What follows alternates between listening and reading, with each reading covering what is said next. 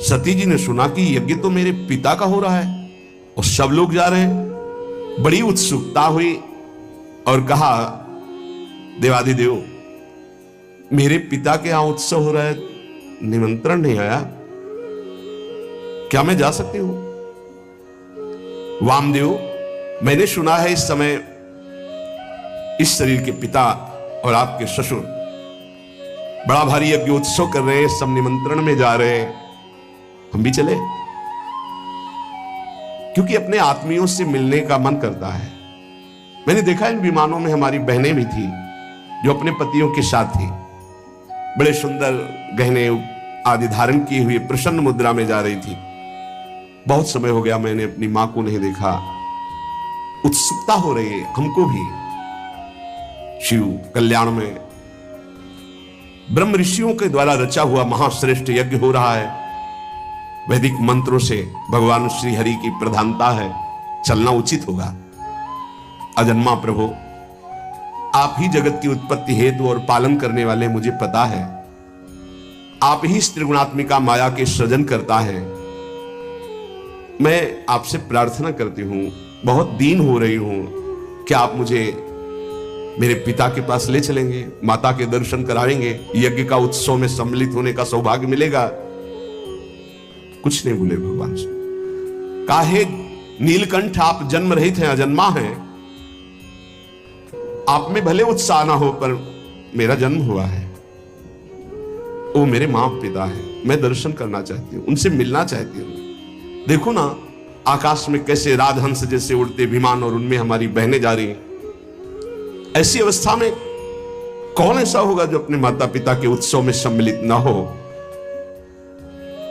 प्रभु, हो सकता है आपको ऐसा उत्तर देने का मन हो कि उन्होंने निमंत्रण नहीं दिया, तो पति के गृह, गुरु के पास और माता पिता के यहां बिना निमंत्रण के जाना चाहिए, शास्त्रीय सिद्धांत है। ये अंबा जी कह रहे, सती जी कह रहे, भर्तुर गुरुर देह कृतस्य केतनम, गुरु के गृह में, पति के घर में और माता पिता के पास बिना निमंत्रण के जाया जाए, ऐसा शास्त्रीय सिद्धांत। निमंत्रण है तो खास बात नहीं है, बिना निमंत्रण के भेजा है, गुरु के यहां, पति के यहां और माता पिता के यहां। इसलिए आप शायद ये कहना चाहते हो कि निमंत्रण नहीं आया तो मैं नहीं लिवा चलूंगा, तो सिद्धांत है, आपको हमारी इच्छा की पूर्णता करनी होगी। और आपको मैं याद दिला देती हूं कि आपने मुझे अर्धांग में विराजमान किया है, मैं उसी सम्मान को आपको याद दिला रहे हूं कि मैं आपकी अर्धांग हूं, याचना करती हूं, अनुग्रहित कीजिए, मुझे हमारे माता पिता के पास भेज दीजिए। सती जी की बात सुन करके भगवान शंकर थोड़ा मुस्कुराए, कहा, सुंदरी, तुमने ठीक कहा कि बिना निमंत्रण के भी जाया जा सकता है। तो योदितम शोभनमेव शोभने अनाहुता अप्यभियंति बंधुषु ते यदुत्पादित दोष दृष्टयो बलीय सानाम्य मदेन मन्युना। यद्यपि माता पिता, पति और गुरु के यहां बिना बुलाए जाना चाहिए, सिद्धांत है, पर तदपि विरोध मान जहां कोई, तहां गए कल्याण न होई। यदि माता पिता तुम्हारे वैर मानते हो तो फिर नहीं जाना चाहिए, फिर नहीं जाना चाहिए। देहाभिमानी मद क्रोध से प्रबल हुआ, यदि वो अपमान करता हो तो फिर नहीं जाना चाहिए। यह सिद्धांत वहां चलता है जहां देहाभिमान रहित होकर के, मद रहित होकर के, दोष द्वेष रहित होकर के वो जो रिश्ते हैं उनका पालन किया जाता है।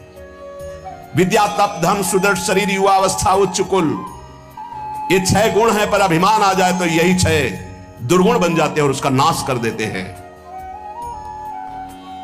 ये 6 गुण अवगुण जब बन जाते हैं तो महापुरुषों का अपराध करा देते हैं और वो नष्ट हो जाता है जो महापुरुषों का अपराध करता है। मुझे लगता है यदि तुम अपने माता पिता के पास जाओगे तो वो तुम्हें आदर नहीं देंगे, मेरे संबंध के कारण बहुत चढ़ा कर देखेंगे।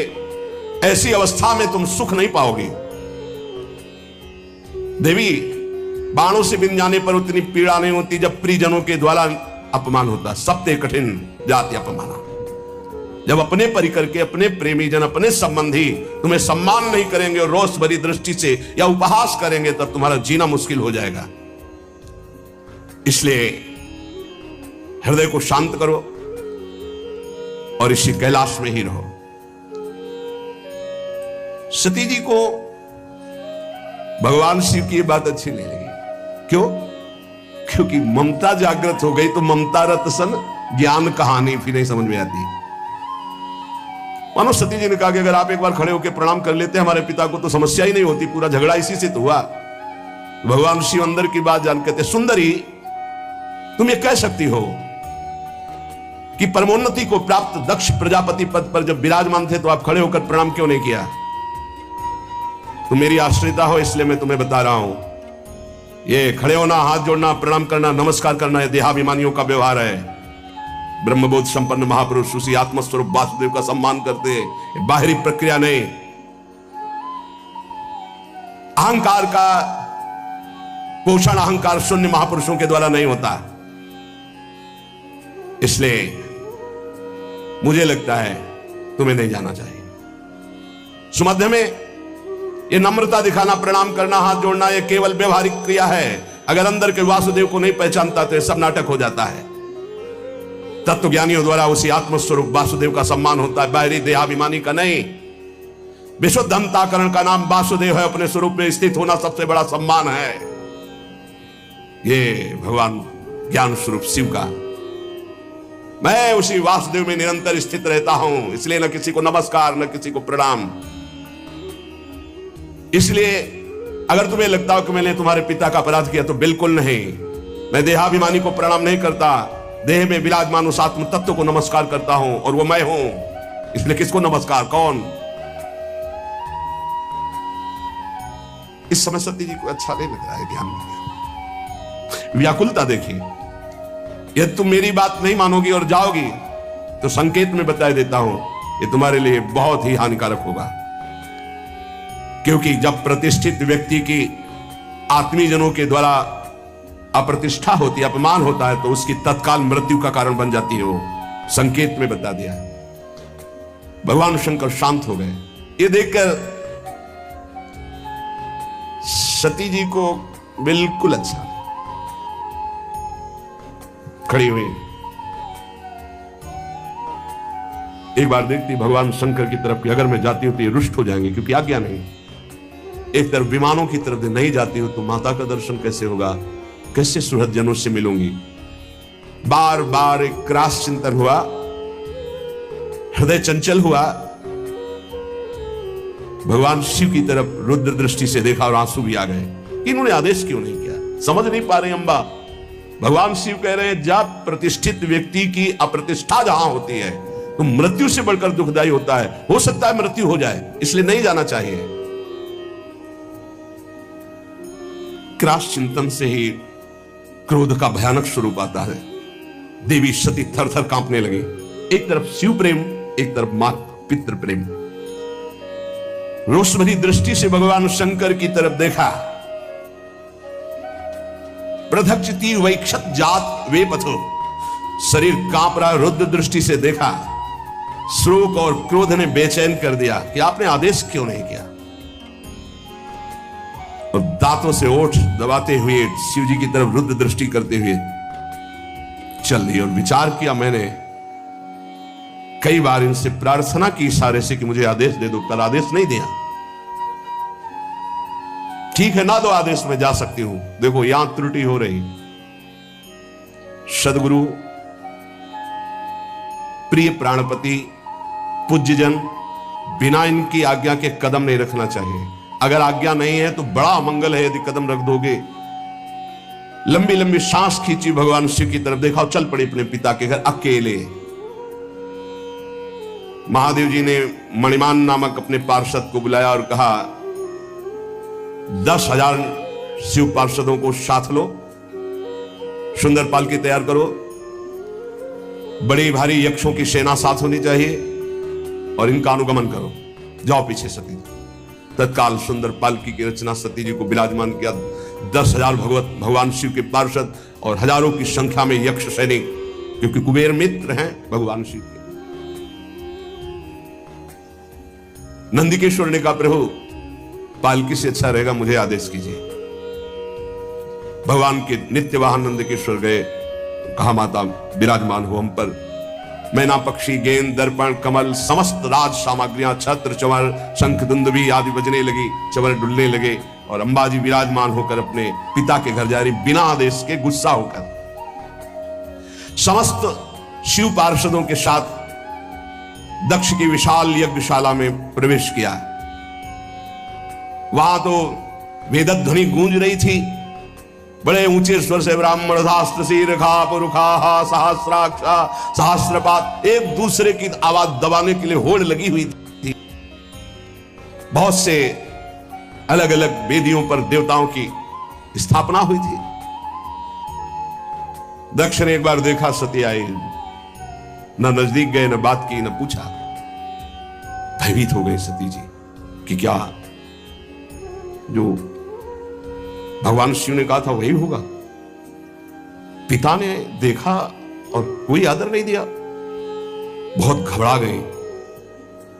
बहनों के पास गई तो ऐसे मुस्कुराते हुए कटाक्ष करते हुए, बिना निमंत्रण के आ गए। हमें तो निमंत्रण भी गया था, भेंट भी गई थी, लिवाने भी गए थे, शायद आपके यहां निमंत्रण तो गया नहीं होगा, कोई लिवाने तो गया नहीं होगा। बहुत चोट सती जी के हृदय में। एक केवल अगर प्यार से मिली तो माता मिली, गले से लग करके। गदगद हो गई सती जी माता के मिलने पर। सती जी ने पूरी यज्ञशाला में देखा कहीं भगवान शिव का कोई स्थान नहीं। ये देखते ही माता के द्वारा मिला हुआ प्यार भस्म हो गया, हृदय जलने लगा। सर्वलोक महेश्वरी देवी शक्ति की अधिष्ठात्री अंबा, उन्होंने पूरे यज्ञ मंडप पे देखा, सब उत्साहित हैं, कहीं भी भगवान शंकर का कोई भाग नहीं। तो उन्होंने कहा ऐसा नहीं हो सकता कि प्रभु से बढ़कर प्यार माता पिता का हो। अपार क्रोधाग्नि प्रकट हुई, ऐसा लगा संपूर्ण लोगों को भस्म करने के लिए अंबा ने ठान लिया है। कहा दक्ष, अब पिता नहीं कहा, पिताश्री नहीं कहा, दक्ष तुझे कर्मकांड के अभ्यास से बड़ा घमंड है, हमारे प्राण प्रीतम शिव से द्वेष करता है। सती जी का ऐसा बोलना हुआ कि शिव पार्षद टूट पड़े ब्रह्म ऋषियों पर यज्ञ विध्वंस करने के लिए। सती जी ने सबको रुको, जब तक हमारा आदेश न हो तब तक दंड किसी को मत दो। सती जी ने कहा भगवान शंकर परम करुणा में, उनसे तो द्वेष करता है। सब लोग मुझे कहेंगे कि ये दक्ष की पुत्री है, ये शरीर दक्ष से निर्मित है, और तू हमारे प्राण प्रीतम शिव की निंदा करने वाला, शिव का विरोधी, यज्ञ में कोई शिव भाग नहीं। अरे कोई वाणी से भी निंदा कर दे तो सर्वनाश हो जाए, तू तो हृदय से उनसे द्वेष करता है। ऐसा कौन होगा तेरे जैसा जो महादेव से विरोध करे।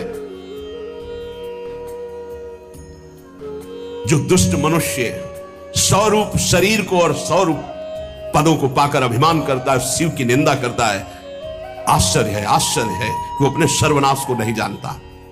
इतने बड़े महान अपराध करने पर भी भगवान शिव ने तेरे लिए कोई दंड विधान नहीं किया।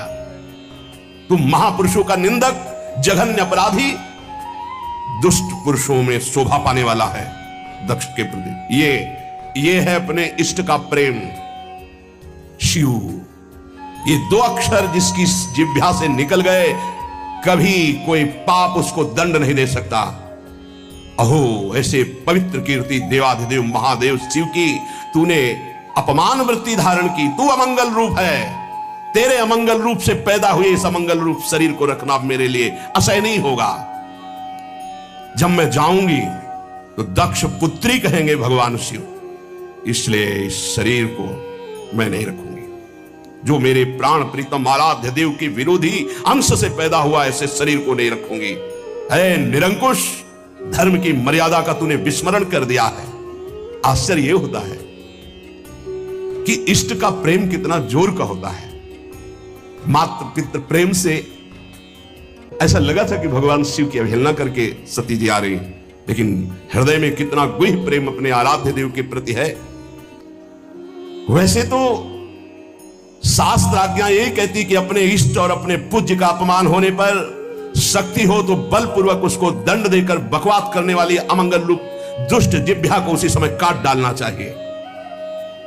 छिंदात प्रशय्य रुषति मसतिम प्रभुश्चे जिह्वामसूनपि ततो विसजेत धर्मा, ऐसा धर्म आदेश करता है। नीलकंठ भगवान करुणा समुद्र शिव की निंदा करने वाले, अगर कोई निंदनीय वस्तु खा ली जाए तो वमन करना ही उचित होता है। इसलिए तेरी निंदनीय अंश से इस शरीर की रचना हुई है, अब इसको रखना ठीक नहीं है। हे कामादि शत्रु को जीतने वाले भगवान शिव, क्षमा करना, आपकी आज्ञा का उल्लंघन करके ममता वसाई, पर अब मैं आपका अपमान सह नहीं सकती। आचमन किया, नया पीला वस्त्र धारण किया, आंख मूंदी, योगाग्नि का चिंतन किया, शिव शिव शिव शिव शिव। तत्काल श्री चरणों से अग्नि पैदा हुई और योगाग्नि में शरीर भस्म हो गया। क्योंकि अम्बा है, नहीं रखूंगी ये शरीर, तेरा अंश है ये शरीर, ये तेरा अंश है। जब मैं जाऊंगी तो कहेंगे आओ दक्ष पुत्री, ये मैं बर्दाश्त नहीं कर पाऊंगी। अब सब कोई कहेगा ये दक्ष पुत्री सती है, इसलिए मैं अब इस शरीर को नहीं रखूंगी। तूने मेरे इष्ट देव का अपमान किया। जिस शरीर को भगवान शिव वामांग में विराजमान करते थे, महामनस्विनी सती ने तत्काल अग्नि की धारणा की, देखते देखते सबके बीच में भस्म हो गया शरीर। अब तो हाहाकार मच गया, क्योंकि रोकने वाले अब कोई थे नहीं। पार्षदों को सती जी ने ही रोका, भारी विध्वंस मचाना शुरू कर दिया। अब हदम रक्षम ब्रह्म ऋषियों ने उच्चारण किया, ऐसे मंत्र का उच्चारण करके आहुति दी तो यज्ञ कुंड से रिभु नाम के महान प्रतापी दैवी शक्ति संपन्न प्रकट हुए और शिव पार्षदों को मार मार के खदेड़ना प्रारंभ कर दिया। यज्ञ विध्वंस नहीं कर सकते। ब्रह्म तेज संपन्न उन रिभुओं की आक्रमण शक्ति इतनी प्रबल हुई, भाग करके शिव पार्षद कैलाश में आए। इधर देवर्षि नारद जी पहले ही पधार चुके थे। देवाधिदेव महादेव जी की वंदना करके पूरी की पूरी सूचना तत्काल जटा पकड़ी, उखाड़ी और पटक दी भूमि पर। जे ही जटा उखाड़ कर पृथ्वी पर पटका, मानो आकाश को छूता हुआ ऐसा महावीर प्रकट हो गया। ना तो छाती की चौड़ाई दिखाई दे रही थी, ना शरीर की लंबाई दिखाई दे रही थी। ऐसा विराट महान, इतना विशाल था कि स्वर्ग